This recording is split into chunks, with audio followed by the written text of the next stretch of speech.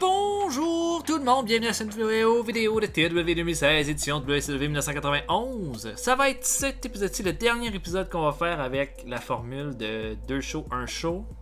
À partir du prochain épisode sur cette série-là, ça va être Power Hour, Main Event et World Championship Wrestling qui vont être dans le même épisode. Donc un gros épisode de 3 shows.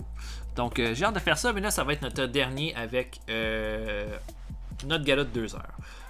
Lors du dernier show, il faut juste que je me rappelle ce qui s'est passé. Dans le main event, Buddy Landel et les Jet Sets ont battu le Junkyard Dog et le Rock'n'Roll Express.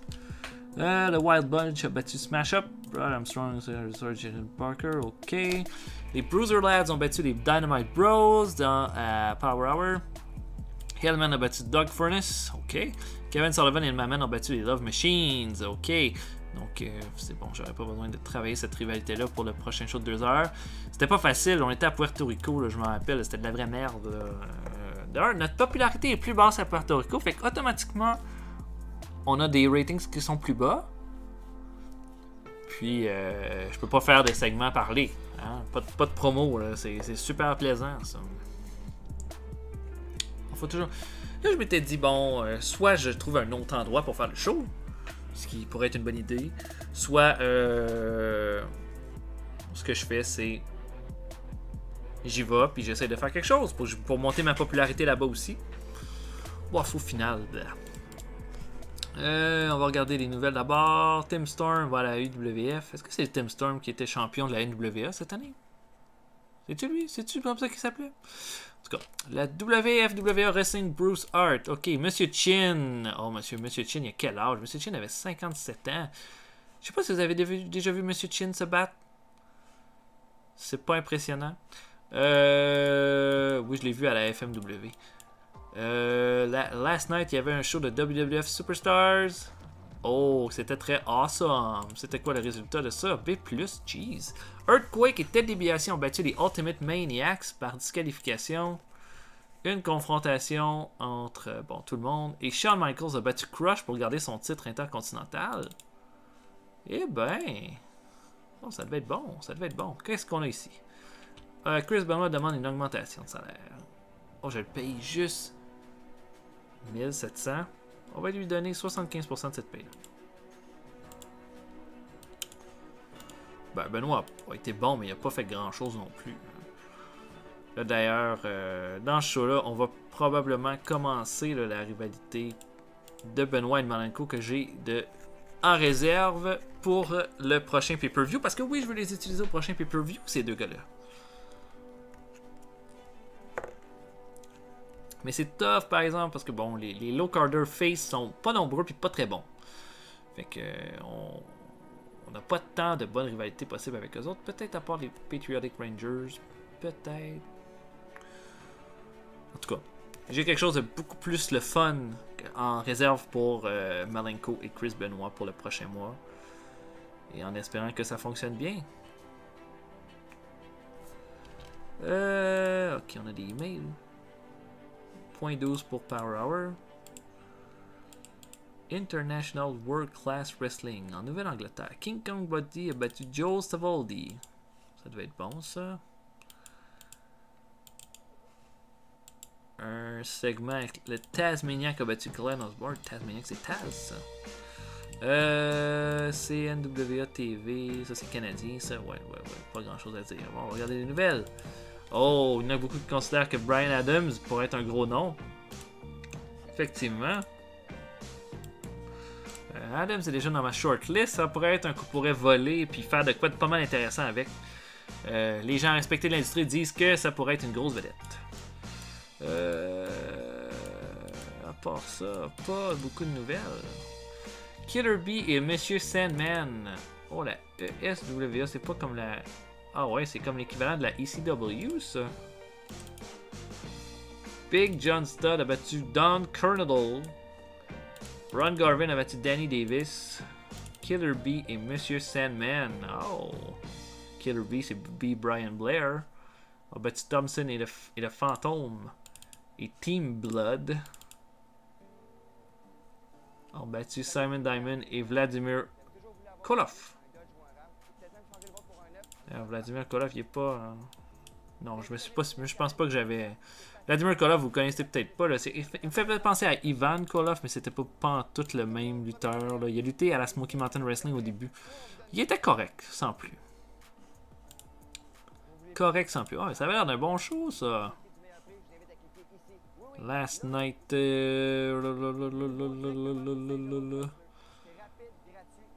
Très positif avec Killer B qui a été la grosse vedette.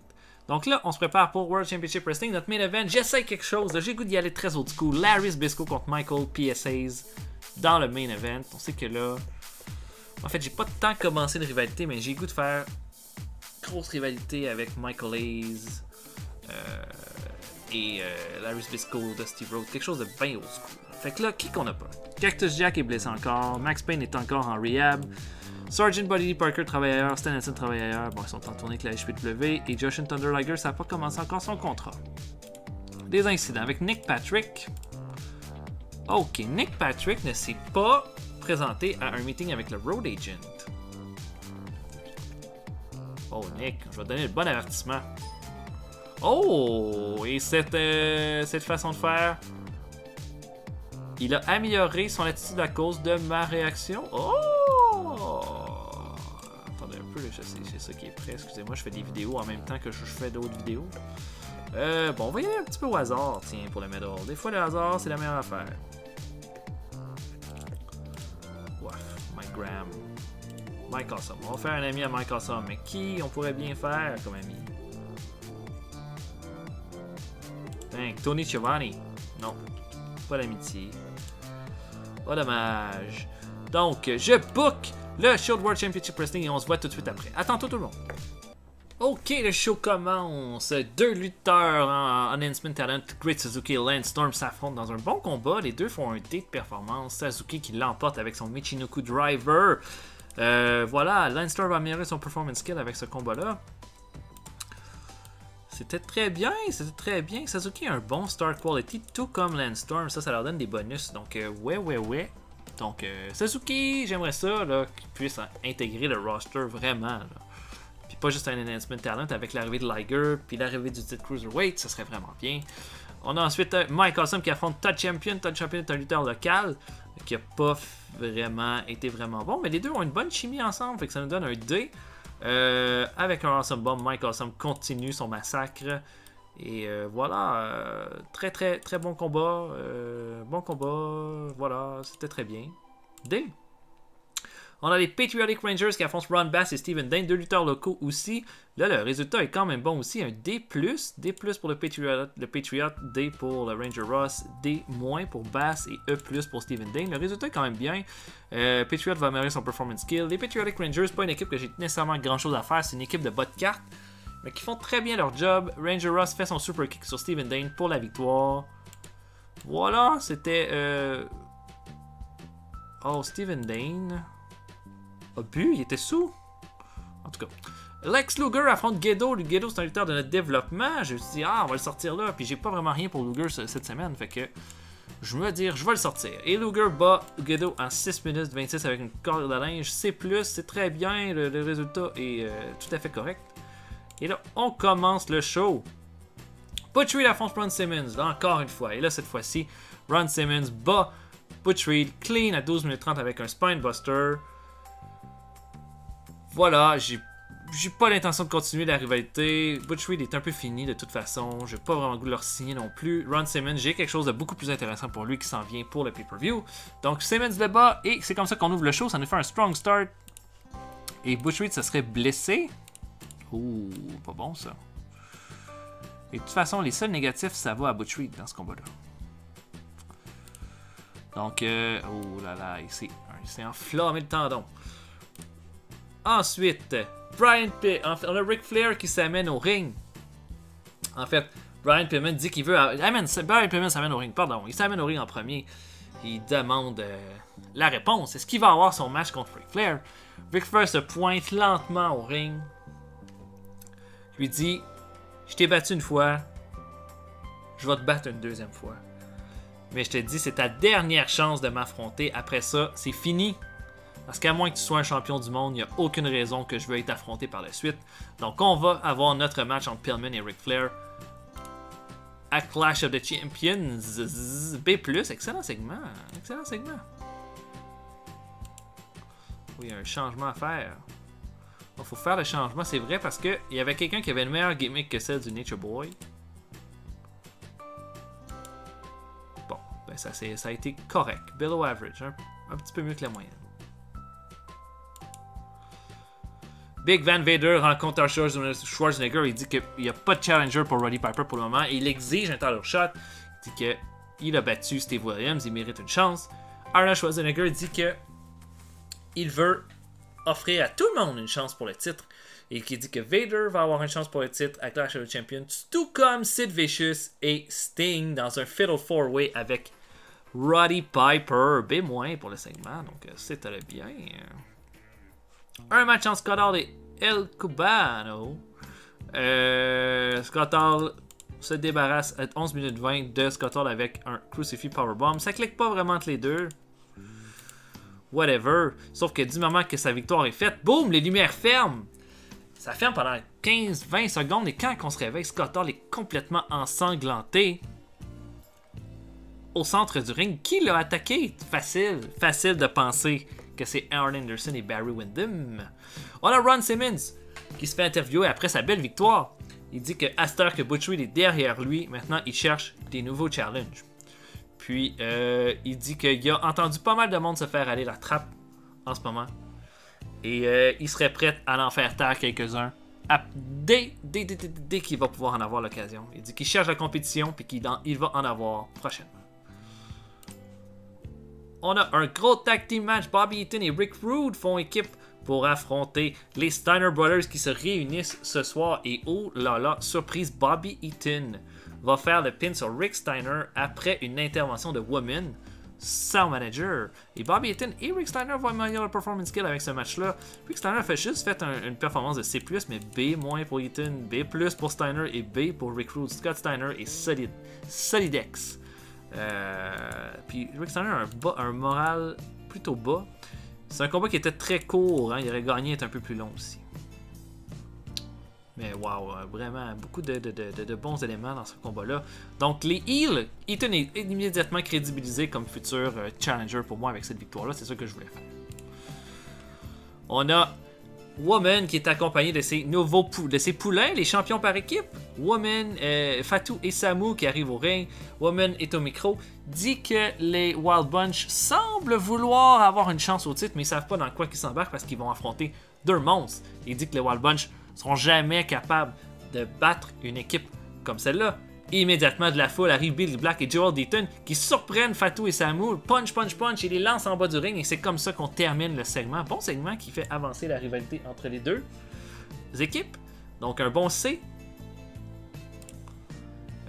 Sting fait une promo, il dit il était vraiment content d'apprendre ce qu'Arnold Schwarzenegger a dit. Il a dit qu'il a eu ses problèmes avec Schwarzenegger mais qu'il a pris la bonne décision parce qu'il va sortir de Clash of the Champions comme champion du monde contre Roddy Piper. Une excellente promo de B+. Voilà. On a un match entre Chris Benoit et Owen Hart. Et surprise, gros upset, Chris Benoit dans un splendide combat d'ailleurs. Chris Benoit réussit à faire le pin sur Owen Hart après une intervention de Dean Malenko. Et en fait, Benoit fait abandonner Owen Hart avec le Crippler Crossface. Un bon match assez plus entre ces deux-là. Ça ne va que continuer, je vous le dis prochainement. Bon, ça tentait moyennement à Owen Hart peut-être de perdre ce combat-là, mais quand même. Grosse victoire pour Chris Benoit. Et là, ça démarre la feud entre les trois, là, Benoit, Malenko et Owen Hart. Donc voilà, c'est plus. Petit combat par équipe, Dan Spivey et Little Larry affrontent la Royal Family. Spivey et Little Larry l'emportent facilement sur la Royal Family, avec Spivey qui fait son Spivey Spike sur Rip Morgan.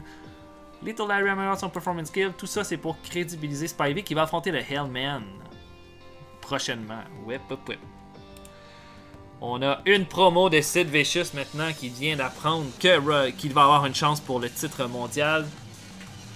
Il dit qu'il était temps qu'il ait sa chance et qu'il n'y a personne qui va l'empêcher de finalement devenir champion du mundo. Donc, tout le monde a eu son mot à dire. Notre main event, Larry Zbyszko contre Michael Hayes, c'est un bon résultat, un bon B. Michael Hayes était off his game. Et c'est pas un combat qui va se terminer clean, étant donné que Zbyszko va gagner en disqualification parce que Michael Wall Street va venir attaquer Larry Zbyszko. Et voilà. Bon, les seuls éléments négatifs viennent de Michael Hayes dans ce combat-là, mais un bon B. Michael Hayes qui va se joindre au York Foundation. Donc un nouvel élément dans ce clan-là. Et là, arrive Vinny Vegas. Et qui continue. Et là, ils sont 3 contre 1 contre Larry Zbyszko. Mais Dustin et Dusty Rhodes viennent faire le save pour leur ami Larry Zbyszko. Et c'est comme ça que se termine World Championship Wrestling.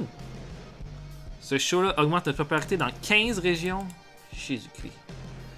Et voilà, un bon B pour ce World Championship Wrestling-là. Bon, je suis content. On a attiré du monde. C'était un... Il manquait peut-être de star power au niveau dans le ring pour ce show-là.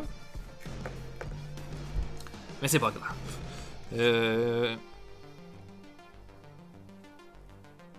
Donc voilà, là, j'ai aimé ce qui tournait autour de la rivalité mondiale avec tout le monde qui fait une petite promo là, par rapport à ce qui s'est passé. Qu'est-ce que les gens ont pensé de notre show? Excellent! Ça a l'air qu'on a vraiment touché de l'or avec ce show-là. On a fait un sell-out au UTC Arena aussi, 2.68. 2.68 en termes de code d'écoute, c'est moins que les dernières semaines. Ouais. On avait moins de star power aussi, j'aimerais dire, mais bon, c'est pas grave. Bon, Dusty Rhodes. Dusty Rhodes pense qu'on devrait que Vinny Vegas est un natural talker. On devrait lui donner plus de promo time. Merci, c'est une bonne idée. Brian Pillman pense que Fatu devrait apprendre à seller, sinon il est pas word pushing. Ok, bon, ok, Pillman. Big Van Miller qui dit aussi que Vinny Vegas est charismatique, il voit aller très loin dans le futur. Bon, mais c'est très bon.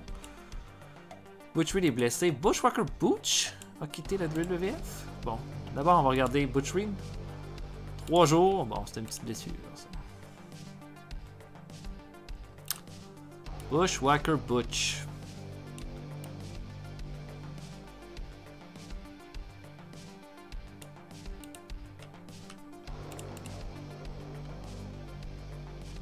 Est-ce que ça serait un lutteur? Là, il a 46 ans, il est pas mal fini. Oh non, oh non, oh non! Ne m'intéresse pas pantoute ça. Ok, ben là on peut déjà penser à notre prochain show. Peut-être faire un tag team match pour main event. Qui va être notre...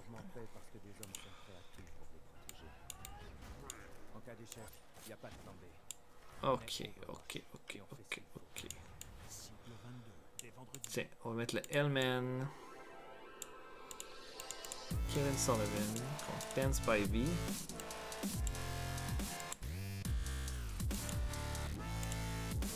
Oh, je pensais être un 6-man tag. Oh, ouais.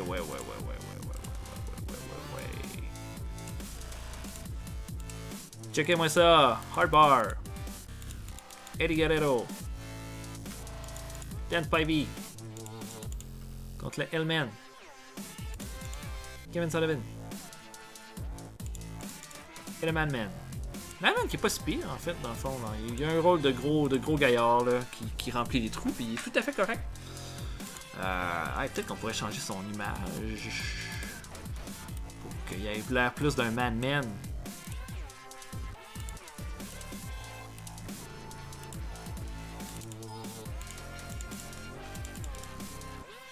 J'ai tellement d'image.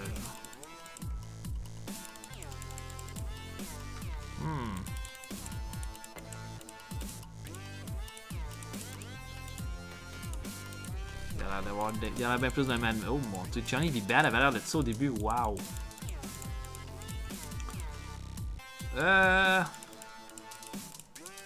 Qu'est-ce qu'il y a l'air d'un man là-dedans?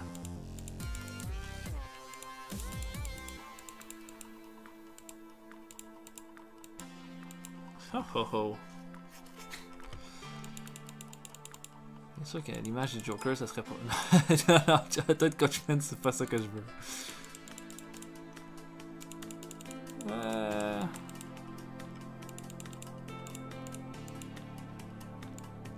C'est Vader ça.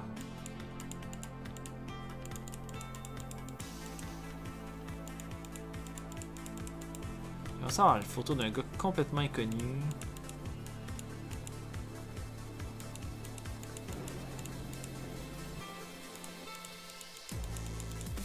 On peut s'ajouter. Loaded.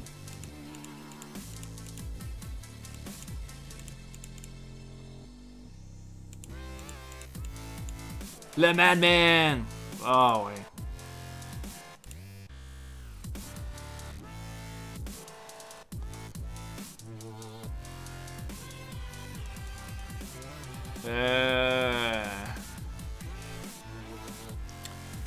On va l'appeler le Crazy Madman. Ah mon dieu, il est fou!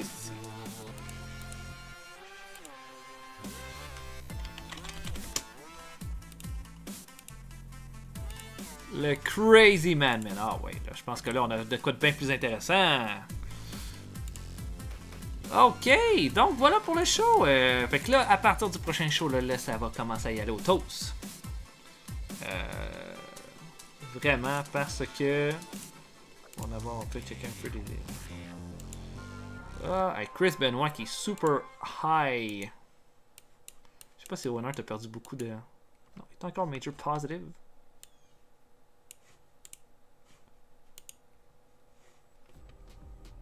J'imagine que ça lui a donné un petit boost, là, ça, ce match-là. Là.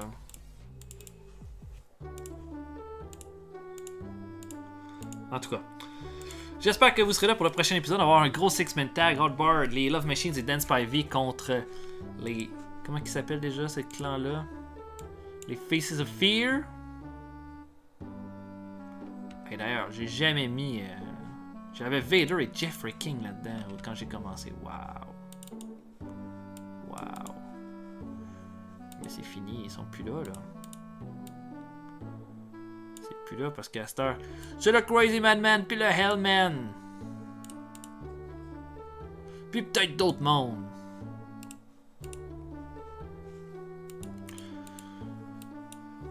Donc voilà pour ça. J'espère que vous avez apprécié. On se voit pour un prochain épisode. Salut tout le monde!